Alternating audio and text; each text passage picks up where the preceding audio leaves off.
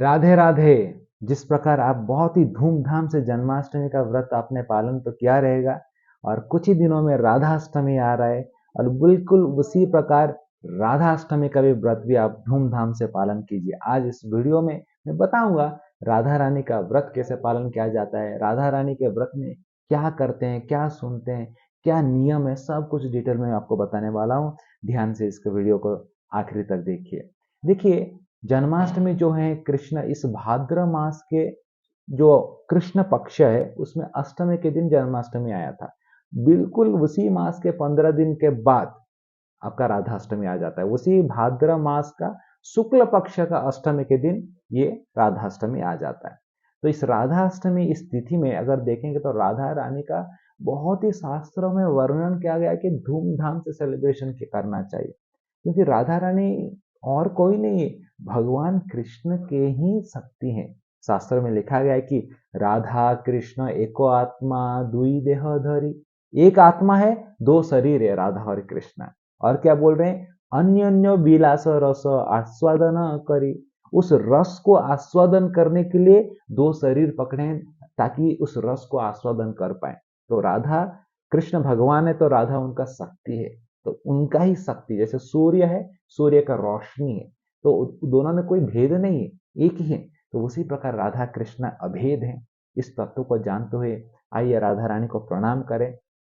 मैं उनको प्रणाम मंत्र बोल रहा हूँ, डिस्क्रिप्शन में ये मंत्र भी डाल दूंगा, लोग प्रणाम कर सकते हैं। ये प्रणाम मंत्र है राधा रानी का। तप्त कांचन गौरांगी राधे वृंदावनेश्वरी वृषभानुसुते देवी प्रणमामि हरिप्रिये। तप्त कांचन गौरांगी, उनका शरीर जो है कांचन सोने की तरह है, इसलिए उनको गौरांगी बोलते हैं। राधे वृंदावनेश्वरी, और वृंदावन के रानी है वो। वृषभानु सुते देवी, वृषभानु महाराज की वो बेटी है। प्रणमामि हरिप्रिय, उनको मेरा कोटि कोटि प्रणाम है।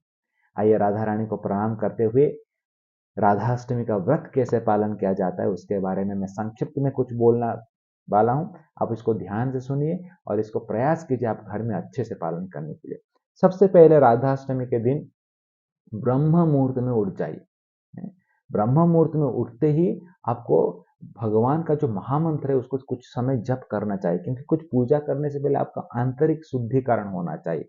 तो सबसे जो बेस्ट मंत्र क्या है, हरे कृष्ण कृष्ण कृष्ण हरे हरे, हरे राम राम राम हरे हरे। इसमें कृष्ण, हरे मतलब कौन है, हरे मतलब कृष्ण का शक्ति, इसमें भी राधा रानी है। हरे कृष्ण राधे कृष्ण है।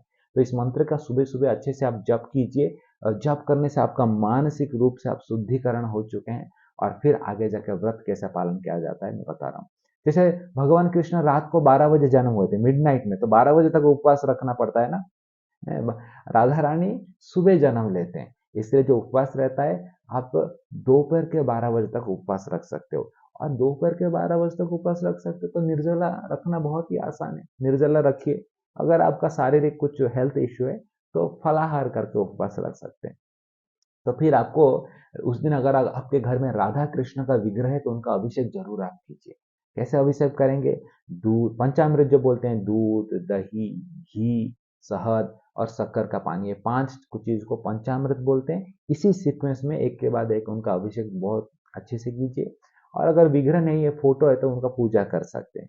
और अभिषेक करने के बाद आप जो कपड़े पहनाएंगे, नया कपड़ा रखिए क्योंकि उनका जन्मदिन है उस दिन। और कपड़े का रंग ब्लू कलर रखिए।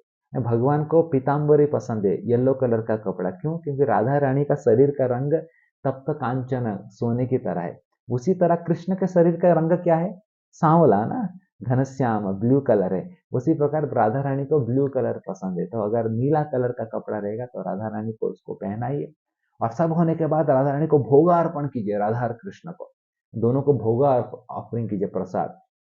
देखिए भोगा जितना आपको आइटम पता है आपके जीवन में, सब आइटम उस दिन बनाने का प्रयास कीजिए। क्यों पता है, क्योंकि Radha Rani is very expert in cooking. बोलते हैं कि राधा रानी एक बार कृष्ण के लिए कोई आइटम बनाती थी, दोबारा टच नहीं करती, दोबारा अगले दिन नया item. That is how she is so expert in cooking. और उनका जन्मदिन है तो हम प्रयास करना चाहिए ज्यादा से ज्यादा आइटम बनाने के लिए। इसलिए हमारे कोई भी नियरेस्ट इस्कॉन टेम्पल में अगर जाएंगे तो उस दिन हजारों के नंबर पर आइटम ऑफरिंग होता है भगवान का है। अगर पॉसिबल होगा अगर घर में आपका विग्रह नहीं है तो मैं आपको रेकमेंड करूंगा आप इस्कॉन मंदिर में जाइए और राधा रानी का जो प्रसाद भोगा बन रहा है उसमें असिस्ट कीजिए। आप डायरेक्ट नहीं बना पाएंगे भी चलेगा, उसमें कुछ सब्जी कटिंग में असिस्ट कीजिए तो सेवा हो गया ना। तो इस प्रकार आप मंदिर में जाके, कोई भी मंदिर में जाके, राधा कृष्ण मंदिर में जाके आप सेवा दे सकते हैं राधा रानी के भोगा बनाने के लिए। ठीक है, भगवान को, राधा कृष्ण को भोगा ऑफरिंग होने के बाद आप क्या कर सकते हैं, पॉसिबल होगा तो राधा रानी का कृपा कटाक्ष भी गा सकते हैं। ये बहुत सुंदर भजन है, राधा रानी का गुणगान इसमें किया जाता है। वृंदावन में बोलते हैं कि हर ब्रजवासी को कंठस्थ रहता है राधा कृपा कटाक्ष। इस प्रकार राधा रानी का कृपा को हम याचना करते हैं। तो राधा रानी के सामने राधा कृपा कटाक्ष जरूर उस दिन गाने का प्रयास कीजिए। लिंक मैं सब डिस्क्रिप्शन में दे दूंगा। और ठीक 12 बजे, जैसे भगवान कृष्ण का रात को 12 बजे आरती होता है, राधा रानी का दिन को 12 बजे महाआरती होता है।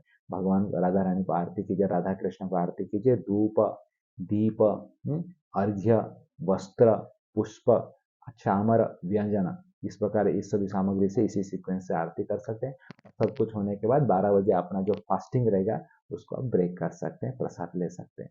देखिए, ध्यान रखिए, सबसे इंपॉर्टेंट है कि ये दिन में आपको राधा कृष्ण का हरे कृष्ण महामंत्र का जप, उनका कीर्तन, भजन और राधा कृष्ण का सुंदर सुंदर वृंदावन लीला को श्रवण कीजिए। अगर मैं डिस्क्रिप्शन में बहुत सारे लिंक भी दे दूंगा लेक्चर का, आप उसको सुन सकते हो उस दिन का। तो ये न के न प्रकार है, न भगवान राधा कृष्ण का लीलाओं में आपको उस दिन डूबना है। और जितना लीला सुनेंगे उतना आपका चेतना राधा रानी के चरणों में रहेगा। देखो, राधा रानी अगर संतुष्ट हो गए, राधा रानी का कृपा मिलता है, इसे राधा रानी का गांव को बरसाना बोलते हैं, जहाँ राधा रानी का कृपा बरसता है। तो ये एक ऐसा दिन है, भगवान कृष्ण को संतुष्ट करना कभी कभी थोड़ा ज्यादा टफ हो जाता है। सर्वधर्म परित्याज्य मामेकं शरणं व्रज। लेकिन राधा रानी का जन्मदिन में अगर राधा रानी का कृपा, राधा रानी माँ है ना, तुरंत कृपा दे देती। इसलिए राधा रानी को उस दिन संतुष्ट कीजिए, उनका भजन कीजिए और उनका कृपा पाके उनके प्राणनाथ कृष्ण का कृपा अपने आप मिल जाएगा। राधा रानी के सामने जो भी आके प्रणाम करता है तो राधा रानी कृष्ण को बोलते, पास में ही रहता ना, उनको कृपा दो। कृष्ण बोलेगे, पता है क्या कितना बड़ा नालायक है, पापी है। बोलेगा, हमारे सामने आया है ना प्रभु, कृपा दो। तो कृष्ण को देना पड़ता है, ठीक है ठीक है। क्योंकि अब जाएंगे बरसाना में श्री जी मंदिर में, राधा रानी की चुनरी के नीचे कृष्ण है, वहां कृष्ण का नहीं चलता है, वहां राधा रानी का चलता है। इसलिए वृंदावन में जाएंगे सब लोग क्या बोलते हैं, राधे राधे राधे राधे।